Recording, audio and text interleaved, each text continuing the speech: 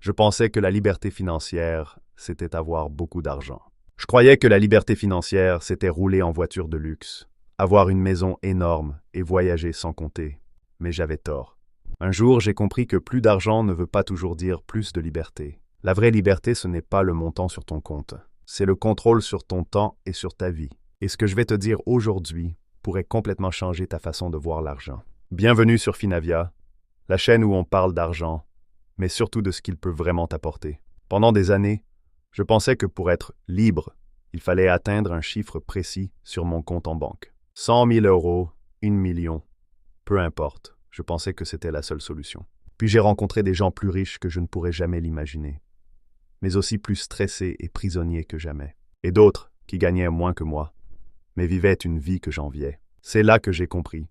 La liberté financière, c'est avant tout un état d'esprit, un compte bancaire rempli, un style de vie extravagant, aucun souci matériel.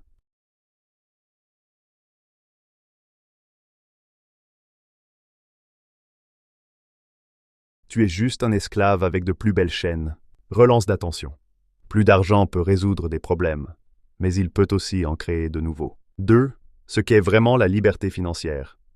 Pour moi, la vraie liberté financière repose sur 3 piliers. Le contrôle de ton temps. Pouvoir choisir comment tu utilises tes journées. Ne pas échanger 10 heures par jour contre un salaire, juste pour payer un style de vie qui t'épuise. La réduction volontaire des besoins. Moins tu as besoin pour vivre, plus tu es libre. C'est le cœur du minimalisme. Acheter moins, mais mieux.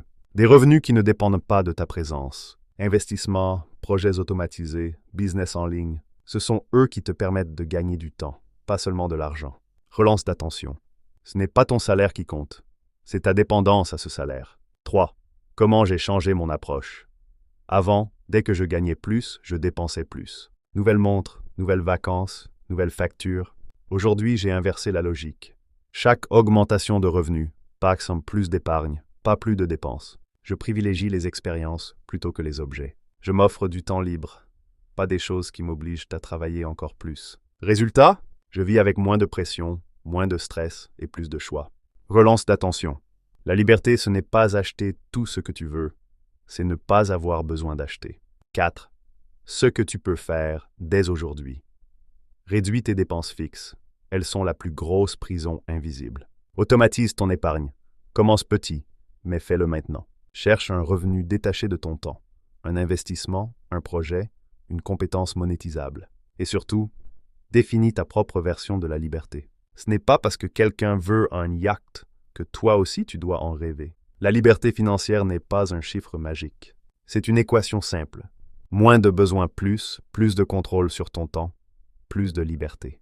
Dès aujourd'hui, demande-toi, si mon revenu s'arrêtait demain, combien de temps pourrais-je tenir? Quelles dépenses pourrais-je supprimer sans perdre en qualité de vie? Abonne-toi à Finavia si tu veux apprendre à construire une vie libre, peu importe ton revenu actuel. Partage cette vidéo avec quelqu'un qui court après l'argent, alors qu'il pourrait courir après la liberté.